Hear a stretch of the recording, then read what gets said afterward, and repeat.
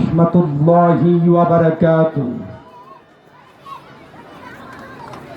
ইন্নাল হামদুলিল্লাহ নাহমাদুহু ওয়া নুসাল্লি আলা রাসূলিহিল কারীম, আম্মা বা'দ। মুহতারাম হাজরিন, ঐতিহ্যবাহী আমিন মাঠ প্রাঙ্গণে আমিন শিল্প অঞ্চল যুব সমাজের উদ্যোগে দ্বিতীয়তম বার্ষিক তাফসীরুল কোরআন মাহফিলের সমাপনী অধিবেশনের কার্যক্রম এখনই মহাগ্রন্থ আল কোরআনে তেলাওয়াতের মধ্য দিয়ে আরম্ভ হতে যাচ্ছে। মুহতারাম হাজরিন, আমরা যারা বাইরে দেশে ঘোরাফেরা করতেছি, দোকানে বাজারে হাটে ঘাটে সেদিকে আমরা ঘোরাফেরা করতেছি, আমরা সকালে মাহফিল চলে আসি। শুকরান আলহামদুলিল্লাহ।